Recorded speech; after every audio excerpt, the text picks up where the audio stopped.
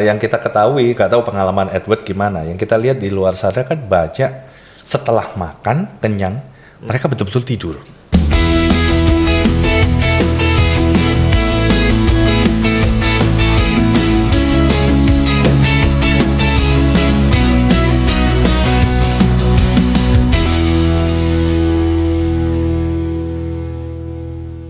Hai creators, balik lagi kita ngobras kali ini, ngobrol santai. Tapi episode kali ini kita nggak akan bahas soal university dan lain-lain. Malah kita punya suatu topik isu yang sangat menarik, yang selalu menjadi perbincangan hangat. Tapi sebelum ke sana, kami kedatangan tamu yang luar biasa, istimewa, dan tepat beberapa hari sebelum beliau balik ke China, liburan nih lagian. Ya. Nah, jadi saya culik dulu untuk kita bisa ngobrol santai di sini. Langsung perkenalan diri, bro. Oke, hi creators, nama aku Edward Kwan. Saya alumni dari SMA Gloria 2 di Surabaya. Sekarang lagi kuliah di Zhejiang University tahun terakhir. Oke, keren. Major apa, sayang? Major arsitek. Oke, major arsitek. Dan tentunya kalau di Zhejiang University, major dengan arsitek ini tentunya kuliahnya dengan Zhongwen Souke. Yes, Wah. full Mandarin. Full Mandarin Thought ya, Chinese Thought kawan. Oke, seperti apa? Tapi kita nggak akan bahas soal struggle-nya dia kuliah, Edward kuliah atau apa. Tapi kita lebih topik kali ini adalah selalu menjadi perbincangan hangat. Apakah di China itu boleh kerja? Oke, apakah di China itu boleh magang? Kan selalu isu di luar itu yang mengatakan completely nggak boleh. Beda dengan negara sebelah misalnya. Oh, kalau di sana dia boleh part time 1 bulan sekian jam dan lain sebagainya. Nah, untuk menjawab isu-isu tersebut, creators dan orang tua, yuk kita dengerin presentasi dari seorang Edward, bagaimana pengalaman beliau selama berkuliah. Ini tahun kelima ya? Ya, tahun kelima. Oke, arsitek itu 5 tahun ya teman ya. Arsitek kalau di China 5 tahun. Nah, pengalaman beliau selama ini seperti apa? Yuk kita dengerin apakah bisa part time dan rencana ke depan seorang Edward Kwan ini mau seperti apa. Silakan, bro. Boleh. Ini saya langsung jelasin. Oke, sekarang Edo mau jelasin tentang pengalaman Edo sendiri waktu di China magang seperti gimana ya experience-nya. Oke, kita langsung. Ini introduction dulu ya. Jadi ini kuliah di Zhejiang University udah tahun kelima, jurusan architecture. Nah, sekarang aku lebih mau bahas detail soal magang yang ketiga ini. Jadi, Edward magang di salah satu BUMN di China yang bekerja di bidang desain dan architecture. Jadi ini sekilas profil dari company-nya. UAD. Oke, singkatan dari? Singkatan dari University Architectural Design. University Architecture Design. Yes. Jadi perusahaan ini dia 100% sahamnya ini punya Zhejiang University. Jadi dia termasuk BUMN, soalnya kan Zhejiang University kan universitas negeri. Perguruan tinggi negeri, ya PTN. Jadi dia termasuk kayak ada beberapa design company firm yang related sama university, kayak ada Tianjin, Tsinghua, sama Tongji. Mereka juga punya company masing-masing. Dan kebetulan yang company yang kita bahas ini yang punya Zhejiang University. You're talking about Tianjin Daxue, Tongji Daxue, Tsinghua Daxue. Itu mereka masing-masing di dalam juga ada company sendiri untuk ini ya, BUMN-nya ya? Ya, ada sendiri buat ngarah desain gitu. Architecture. Ini kan short introduction, lebih fokus ke arah internship sama di bidang architecture sama desain. Jadi kayak short story, UAD ini termasuk salah satu perusahaan yang besar. Terus kayak dia udah lebih ngerjain 11.000 proyek. Mostly domestic ya. Mostly domestic. Cuma ada beberapa project mereka juga kerjain di luar negeri. Salah satunya ada di Swiss. Sama ada beberapa project mereka juga menang awards. Jadi kan Edo di sana ada magang di 2 departemen. Yang bawah ini, yang setengah bulan ini Edo kerja di Architecture Studio nomor 9. Terus habis itu transfer department ke atas ini, yang 5 bulan ini ke architecture architecture studio number 3. Oke, berarti basically memang boleh ya untuk magang di China kan ya? Oh boleh, bahkan in some cases wajib. Oh oke, nice. Oke, go. Okay. Jadi sekarang kita akan bahas tentang work culture ya. Yes. Soalnya kan orang-orang bingung kayak kerja di China itu gimana, apa yang bedain magang di China sama magang di Indo. Ini kan ada 6 poin. Yang pertama jam kerja sih kurang lebih sama sih 9 to 6 ya. Cuma on some companies mereka mungkin atur beda sedikit. Sama kalau weekend di China, apalagi magang ya, itu bisa dipanggil masuk. Jadi kayak nggak lumayan ketat sih kalau magang sih. Weekend ini Anda berkata adalah Sabtu dan Minggu juga ya? Ya, Sabtu dan Minggu. Kayak misal kita kerjain satu project. Kalau deadline-nya udah lumayan mepet, kita hari Minggu bisa dipanggil masuk sampai untuk malam lemburan gitu. ya, untuk lemburan ya. Oke. Sama overtime itu completely normal ya di China ya. Apalagi untuk anak magang ya. Malah menurutku itu bukan hal yang buruk sih. Soalnya kan kalau kita magang kan kita mau nyari experience. Betul. Kayak make the most out of it. Jadi waktu kita di China kan terbatas, apalagi waktu magang kan. Kadang overtime bisa ngerasain pressure-nya, itu bisa belajar banyak sih dari supervisor. Sama kalau lunch break di sana, ini tergantung tiap company ya. Kalau di company yang ada kerja di UAD, mereka ada waktu break 2 jam, 1,5 jam. Di summer sama winter itu beda.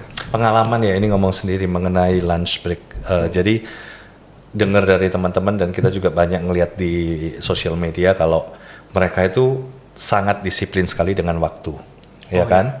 Terutama jam kerja masuk, terus kemudian kapan di lunch breaknya? Biasa Edward jam berapa kalau lunch break? Kalau lunch break sekitar 11.50 udah bel. 11.50 udah ada belnya. Dan yang kita ketahui, gak tahu pengalaman Edward gimana, yang kita lihat di luar sana kan banyak setelah makan, kenyang, mereka betul-betul tidur. Oh iya, jadi yang menurutku menarik itu di kantor ya. Misal udah jam 12, biasanya jam 12, sekitar setengah jam setelah bel, itu lampu kantor dimatiin. Oke. Soalnya mereka mau kasih waktu buat karyawan-karyawan di sana buat tidur. Oke. Biasanya mereka bawa ranjang sendiri, bawa bantal, udah kayak kayak kasur lipat ya? Iya, kayak kasur lipat, udah kayak tidur di sana. Lama-lama kita yang kebiasaan nggak tidur siang, jadi kerasa ngantuk, murid-murid magangnya gitu. Soalnya kan ikutin suasana di sana kan. Tapi memang benar ya, Benar. But I think itu juga salah satu culture kalau memang kita selama bisa melakukan itu dengan disiplin secara waktu ya, itu bagus loh. Karena kan menurut scientific research kalau misalnya you sudah kerja sekian jam, melakukan hal yang namanya kalau bahasa Chongwennya itu pimu yangsen ya. Maka kita memejamkan mata sebentar, pimu ya. Itu bisa benar-benar refresh or recharge your everything ya, baik physically and mentally ya kan. Edward ikutan tidur nggak? Ikut tidur. Soalnya tidur, di sana workload-nya lumayan berat. Oke. Tapi kebetulan yang di UAD ini lunch break-nya ini nggak seketat company-company lainnya yang kita dengar ya. Soalnya kan kita kan kerja mainly di desain. Itu kan workload-nya lumayan banyak. Overtime itu udah pasti overtime. Jadi kayak misal kayak bel pulang kerja jam 6. Itu orang-orang nggak langsung pulang. Mereka bisa stay di sana 1-2 jam lebih. Jadi kayak kadang kita jadi kayak murid yang magang gitu. Lumayan bingung, kayak udah bel tapi nggak ada yang pulang. Sungkan gitu loh mau pulang sendiri. Karena mereka culture-nya seperti itu ya. Dia harus maksudnya kerjain beres sampai kerasa dia benar-benar fix bisa ditinggal baru dia cabut kan. Iya, gitu. benar-benar. Berarti bukan orang Tenggo ya. Bukan orang Tenggo. You tahu Tenggo kan? Tahu. Tank go. Tank langsung go. Artinya kalau bel langsung go. Bukan tapi Tenggo. kebetulan di UAD ini lebih fleksibel sih, Jadi mereka lebih prioritasin well-being karyawannya gitu dibanding kayak company-company lain di China sih. Nice. Sama yang menurutku unik itu kita tiap 3-5 minggu ada jalan siang loh. Oh, jalan siang? Oh, apa itu? Jadi kayak di UAD ini kantornya ini mereka nggak mewajibkan sih. Cuman kalau kita ikut partisipasi jalan siang, misal kita dari kantor keliling ke Westlake, Sihu di Hangzhou gitu. Kayak muteri danau gitu, mereka bisa klaim tiket kayak voucher gitu loh, buat ditukerin dapat hadiah atau ada rewardnya gitu loh. Jadi memang juga harus ada geraknya ya maksudnya harus bugar gitu. Ya, nice. Oke, sekarang kita lanjut. Ini ada beberapa foto-foto dokumentasi waktu ada. Ini di kantor ya? Ini posisi ya, kantor ini di kantor ini. Ini di kantor. Ini ada foto department. Ini semua orang lokal semua by the way. Cuma edit satu-satu orang intern di sini. Nice. Terus ini ada kayak tugasnya, kita pakai software di sana. Sama ini ada kapan hari waktu Edo datang, ini ada acara tahunan buat di kantor UAD. Jadi kan UAD ini company yang besar banget, ada banyak departemen. Mereka tiap tahun ngadain sports meet up. Jadi kayak ada perlombaan kecil antar departemen gitu. Oh, nice. Ini juga termasuk membangun kesolidan antar mereka, teamwork and everything ya. Dilakukan dengan cara outdoor. Nice. Jadi kayak masih kerasa di uni gitu loh. Masih kuliah. Ini kan ada banyak departemen, ini beda warna. Ini beda departemen semua. I see. Oke, kan sekarang. Benefit apa nih yang kamu dapat ya? Benefit Edit dapat lumayan banyak sih. Yang pertama networking. Ini menurutku dapat lumayan banyak. Soalnya kan, jadi waktu kita kerja, posisi kita kan sebagai murid internasional. Kan kita waktu pertama kali masuk kantor kan bingung, gimana mau kerja ikut project, kenal sama orang. Di sana bisa kenalan sama banyak orang yang profesional di bidang masing-masing gitu. Sama in return, mereka juga tertarik banget kenalan sama kita sih. Soalnya kan kita dilihat sebagai orang asing. Mereka main belajar banyak apa yang terjadi di Indonesia. Culture and everything. Jadi kayak mungkin di masa depan kalau ada potensi atau apa networking, kita bisa connect sama mereka gitu loh. Kalau mereka ada kerja di Indo gitu. Ini paling penting sih menurut aku, salah satunya networking Dapat lumayan banyak kenalan sih di sana.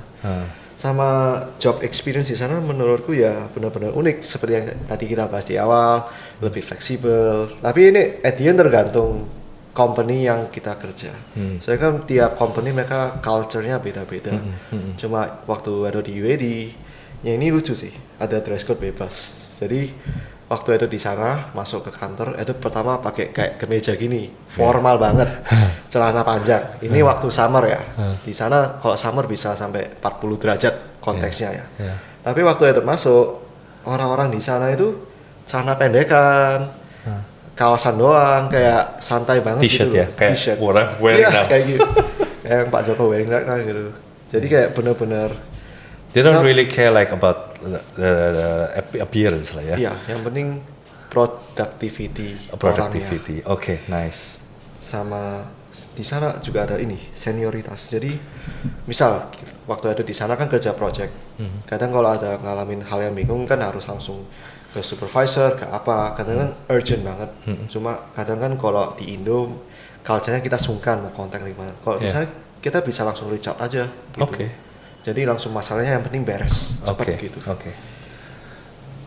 Sama kebetulan waktu ada di UAD ada beberapa facility akses khusus yang buat karyawan di sana. Jadi kita bisa ikutin seminar-seminar khusus yang tentang architecture atau apa, sama bisa pakai software mereka. Bahkan ada pakai AI buatan punya kantor sendiri kita boleh pakai gitu. Sama of course, kita di sana pakai Mandarin. 全部用中文，就是说交流。对，全部都是用中文。Yeah. Di sana agak struggling dikit sih, tapi pakai Chinese di sana itu belajar banyak banget. Terutama ini kok, bahasa teknisnya ini belajar banyak banget. Yang berhubungan dengan arsitek ya? Yes. Selain daripada apa yang kamu dapat di kelas kan gitu ya? Tuh. Sama public speaking, kita juga terlatih juga di sana. Soalnya waktu kita jelasin project, misal ada meeting, kita harus jelasin ke supervisor, ke teman-teman, kayak ini projectnya sampai mana, ini harus pakai Mandarin, jadi kita presentasi ya juga pakai Mandarin juga di sana. Ini juga melatih ya, pasti pertamanya awalnya shaking lah. Lumayan berat. Challenge. Challenges. Jadi kan yang pertama ada proses pendaftaran magang ke kantornya, jadi nggak cuma regulasinya ketat, tapi dokumen-dokumennya ini harus lengkap, nggak boleh dinego. Sama kadang birokrasi bolak-balik ke HR, kemana, itu juga lumayan makan waktu sih. Wait. Before ke sini. Ini kan intinya Anda melakukan proses pendaftaran di office tersebut. Yes. Di tempat yang kamu mau magang. Tapi gimana caranya Edward bisa tahu company ini? Company mana? Sekolah bantu kah? Itu melalui apa? Itu yang banyak anak-anak greatest di luar sana pengen tahu nih tips and tricksnya. Nah, aku kuliah nih tahun keempat ataupun aku tahun ketiga, semester kelima. Gimana cara carinya ini? Jadi kita biasanya waktu tahun keempat atau for my case tahun kelima ya, kita diwajibkan internship beragam-ragam waktu. Ada yang minimal 2 minggu, ada yang minimal sebulan. Kalau yang case-nya minimal 3 bulan. 3 bulan. Sama kebetulan waktu itu di Zhejiang University ini mereka ada sediain kalau Anda mau internship 3 bulan bisa langsung ke UAD lewat jalur universitas. Jadi university facilitate ya? Ada special access khusus. Nice. Soalnya kalau buat murid-murid universitas lain mau ke UAD itu juga lumayan susah. Soalnya UAD ini termasuk kayak di firma arsitek juga lumayan ngetop juga di China. Mungkin Edward tahu kalau di Zhejiang major-major lain teman-teman itu gimana carinya? Kalau kamu kan udah langsung dikasih, ini kayak jalan bypass nih.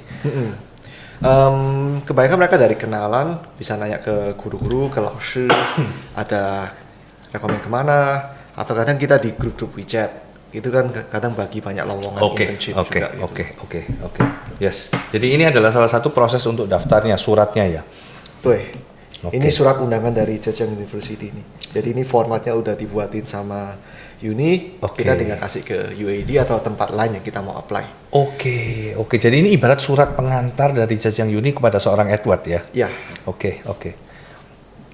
Terus challenge yang kedua ya commute lah. Ini normal sih, kayak di mana-mana kan juga kita tinggal di Uni, tinggal di dormitory, ke kantor juga jauh. Cuma enaknya kalau di China, fasilitas umumnya itu public transportnya udah luar biasa integrated dan cepat dan tepat waktu dan murah ya. Bisa naik MRT, bisa naik public bus, bisa naik motor listrik atau halo bike. Semua benar-benar fangpian lah. Tapi aku tahu kalau kamu naik Tiantung tiap hari. Karena greatest setiap kali saya ke Hangzhou selalu saya culik Tiantungnya si Edward, kita pinjam. Tiantung itu kebutuhan sih kalau di Zhejiang sih. Lumayan besar kampus. Sama challenge ini juga ada masalah adaptability sih Bu. Soalnya di sana gimana ya Bu? Soalnya kan kadang ada stereotype di mana orang luar negeri yang kalau dilihat dari Mandarinnya nggak sebagus itu. Pasti. Ability-nya kadang dicap kurang dibanding orang lokal. Pasti.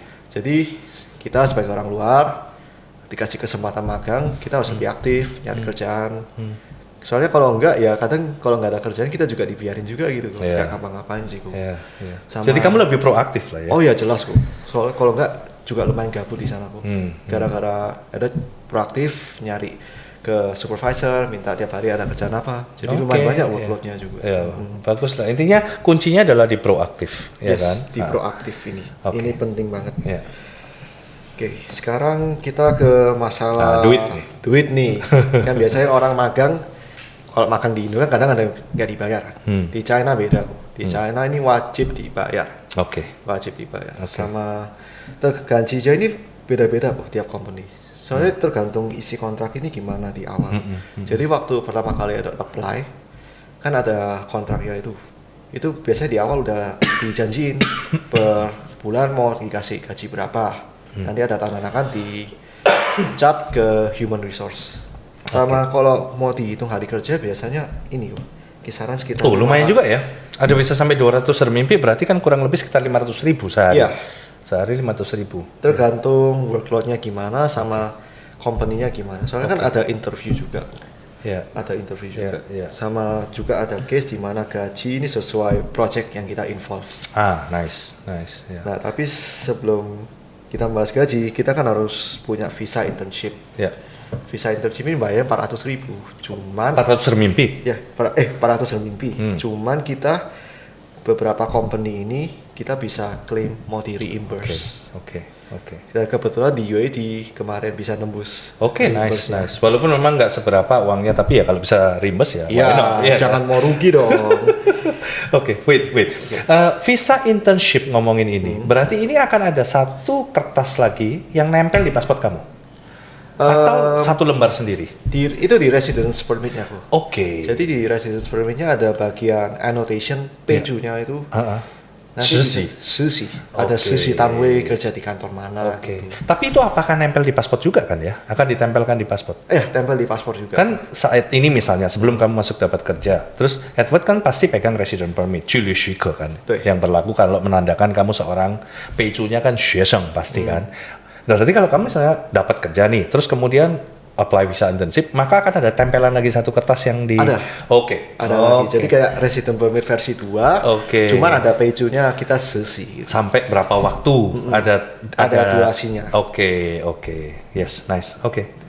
Loh, dapat biaya makan juga? Oh ya, jadi kayak beberapa company di China, kadang kita misal tinggalnya jauh, harus naik TT everyday, mereka mungkin bisa kasih biaya reimburse itu. Atau mungkin ada biaya makan siang juga di sana. Oke. Nice. Oke, sekarang ini ke bagian yang paling penting kok. Yang biasanya anak-anak bingung ya gimana? Kan ternyata bisa apply untuk visa internship. Oke, please. Oke, ini disclaimer ya. Ini requirement yang punya Zhejiang University. Soalnya setahu Edward tiap uni beda-beda ya. Ada yang minta dokumen lebih, ada yang minta dokumennya lebih kurang. Gitu. Jadi yang pertama kita disuruh minta ini. Kopi izin usaha kantor. Oke. Berarti 实习单位营业执照. Ya. 营业执照. Ya, berarti SIUP, surat izin usahanya perusahaan tersebut. Oke, next. Yang kedua ada surat undangan kantor magang. Nah, ini khusus punya Zhejiang University. Ini ada attachment-nya di website-nya. Nanti kita lihat di next page-nya. Yang ketiga kontrak kerja magang. 实习合同. Ya. 实习合同. Jadi 3 hal yang di atas ini kita urus di kantor. Soalnya kan kopi izin usaha kan mereka yang punya. Surat yang tadi tanda tangan di kantor juga. Cuma kadang kantor mereka punya format sendiri.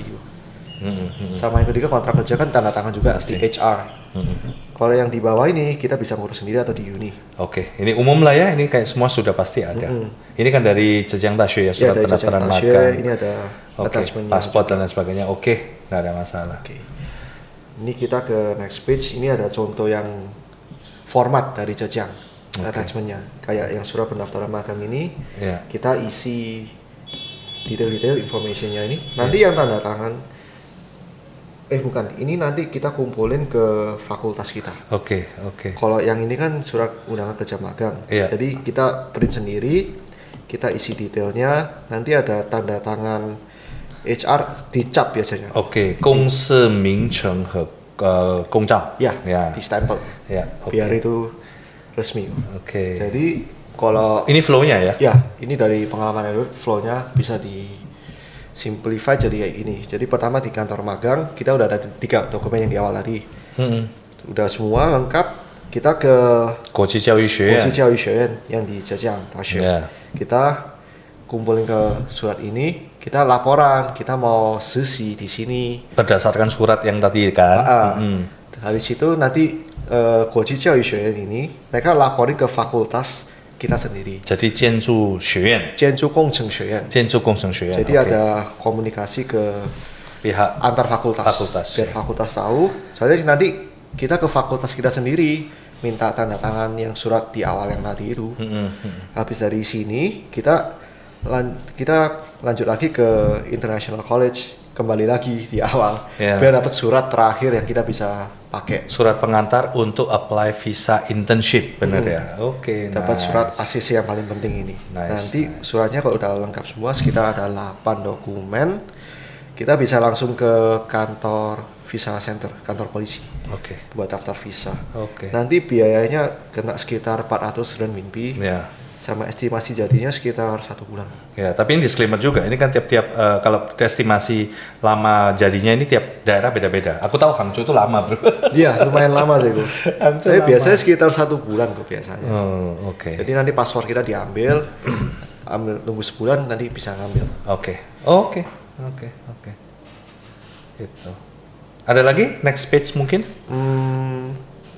Sama yang terakhir ini cuma gimana sih cara nyari magang tadi. Kan yang tadi itu juga ada mention di WeChat group, di QQ group, sama ada referensi dari orang lain. Cuma di China kita bisa pakai aplikasi ini loh, Boss Hire. Ini buat kayak semacam LinkedIn China gitu.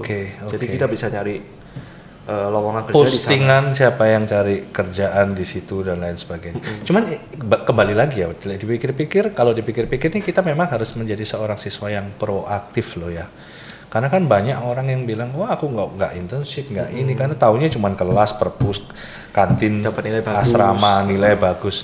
Jadi menurut saya, greatest, termasuk mungkin pengalaman Edward sendiri juga. Sekolah memang kita kejar akademis yang terbaik, tapi jangan lupa di situ ada yang namanya soft skill sama life skill. Oh benar banget sih. Iya kan. Benar-benar kepake soalnya. Karena untuk networking, untuk kamu juga mendisiplinkan diri kamu, culture untuk tahu gimana nantinya kalau kerja di China itu seperti apa, termasuk juga peningkatan kemampuan Mandarinnya Edward tadi. Oh iya, jadi yang benar-benar improve itu Mandarin sih. Soalnya kan kalau kita di kelas kan gimana ya, one way gitu loh. Soalnya kan guru nerangin pelajaran, kita mendengar. Kalau di kantor kan kita interaksi, kita ngomong, kita jelasin ide, kita bisa berdebat, bisa apa, lebih kepake benar-benar Mandarinnya sih di sana. Ngomong-ngomong Edward, you udah tahun kelima, berarti dengan total pengalaman magang di Chungko kurang lebih 6 bulan, 1 semester. Nah ini sekarang ni正在做论文。lagi persiapan skripsi, tesis. Hopefully kapan nih graduate? This year Juni Juli ya? Ya Juni. Ya, nanti saya akan ke Zhejiang Uni karena Great Wall punya siswa banyak banget di Zhejiang Uni. Semoga saya bisa menjadi bagian dari perayaan kegembiraan anak-anak yang udah ampun-ampunan ancur-ancuran di dalam Zhejiang Uni berdarah-darah untuk ikut celebration kalian graduation. Oke. What's next? Apa? Kamu mau apa ini? Habis itu ya, graduation ya. S2? S2 ini kalau pendapat pribadi ya, menurut aku sih wajib sih. Kayak kan ada orang yang bilang kalau udah lulus kerja, terus di tempat kerja udah nyaman, males toko buat lanjut belajar lagi S2. Tapi kalau menurut aku S2 ini mungkin habis kerja ini bisa jadi stepping stone atau pintu buat ke nyari opportunity lain sih. Soalnya ada beberapa company, rata-rata company di China buat orang lokal, mereka minta requirement-nya S2 di China. Itu minim lah ya. Minimal. Soalnya S1 udah terlalu banyak ya. Soalnya orang-orang lokal yang misal di arsitek ya, itu udah tanya beberapa dari mereka, sekitar 80% ini lanjut S2. Bahkan 90% kok. Tapi kebanyakan mereka lanjut ke domestik di China. Yang ke luar negeri cuma dikit. Tapi yang pasti mereka lanjut S2. Nah plan Edward sendiri apa nih? Planku sementara ini ya mau daftar kerja dulu. Tapi soalnya kan kalau menurut Edward S2 tapi nggak ada work experience itu agak gimana ya, lumayan kurang ada gregetnya ya. MIUI ya. Kalau kamu sekarang planning untuk Edward planning untuk lanjut sementara ini mau cari kerja dulu. Ya. Kira-kira kemana nih? Kalau bisa di luar Indo, di China ya misalnya, ya cari di China. Soalnya kan kita bisa train Chonggun kita gimana gitu. Atau mungkin Hong Kong juga boleh, atau English speaking countries such as Singapore, or maybe kayak Malaysia, Australia juga boleh sih. Berarti kamu nyoba masukin beberapa CV kamu untuk bisa kerja di beberapa negara itu ya? Iya, soalnya kan yang penting kan sekarang pengalaman di luar negeri kan. Soalnya kan menurut Edward itu lumayan berharga lah. Soalnya kita bisa belajar kayak lifestyle, work style mereka gimana, belajar sistem mereka kan tiap negara beda-beda gitu loh. Mungkin ilmu-ilmu ini at the end kita bisa balik di Indo. Iya. Tapi kalau berbicara kita urutin secara negara, which one is your priority? China? Maybe Hong Kong. Hong Kong or Singapore. Cause I want to try mau coba hal-hal yang lain yang mungkin English speaking. Tapi juga mereka ada juga cari tempat di mana Mandarin ini juga masih kepake kok. Soalnya kan terakhir ini lagi booming banget. Mereka nyari orang yang bisa bahasa Inggris dan most importantly bisa Chinese kok. Soalnya mereka ini hashtag kabur luar negeri. Ini sekarang lagi trending hashtag kabur luar negeri. Tapi mereka lagi benar-benar nyari orang yang bisa Chinese kok. Yang bisa Chinese, yang bisa English. Si Greatest, itulah keunggulan kalau kita bisa berani kuliah ke China, bukan hanya dengan English Talk, tapi kuliahnya dengan pengantar bahasa Mandarin. Karena itu antara demand sama supply-nya udah terlalu nggak masuk akal. Yang mau cari itu banyaknya nggak ketulungan, tapi supply-nya kurang. Jadi mereka nyari orang yang bisa spesialisasi di jurusan tersebut. Arsitek bisa, katakanlah dalam hal ini ya. Arsitek, terus bisa Chinese, bisa English. Itu nyari kerjaan itu lebih gampang. Oke. Soalnya demand-nya lumayan banyak yang butuh Chinese kok. Ya. Yang butuh Mandarin. Well, good luck Edward. Good luck untuk ya semoga bisa selesai graduation di Juni-Juli ini, bisa dapat langsung kerja di beberapa negara yang kamu impiin. Terus dan juga kita juga berharap Edward setelah kerja tetap mau punya cita-cita untuk lanjut S2. Minggu. Luar biasa. By the way, Greatest, saya kenal Edward ini sejak dia masih SMA. Jadi time flies, cepet banget. Udah 5 tahun ya? Iya, kamu dicetak aja 5 tahun. Waktu kita kenal, waktu Edward masih di Gloria, katakanlah waktu itu kelas 11, berarti sudah 7 tahun. Kelas 12. Nggak kerasa ya, dari seorang pelajar SMA, sekarang sudah benar-benar mau lepas landas untuk bisa masuk terjun ke masyarakat dengan bekerja. Luar biasa Edward. By the way, thank you so much for your time untuk bisa sharing ke Greatest di sana dan orang tua. Jadi benar apa yang sudah disampaikan, pelaku nyata, hilangkan isu-isu yang mengenai kalau di China tidak bisa bekerja. Malah China memberikan fasilitas yang luar biasa untuk seluruh mahasiswanya untuk bisa bekerja. Saya ulangin, untuk bisa bekerja sesuai di bidangnya.